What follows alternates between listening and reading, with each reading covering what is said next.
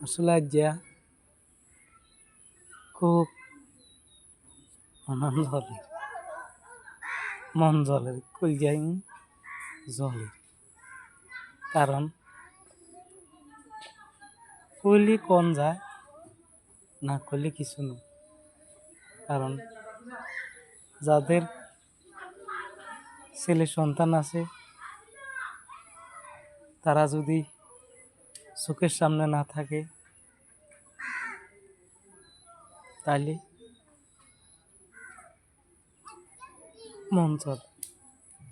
এরকম আমারও চলে কারণ আজকে হুইল চেয়ারে বই গেছি বিদায় আজ যা নাই আমার কাছে এলে চোখের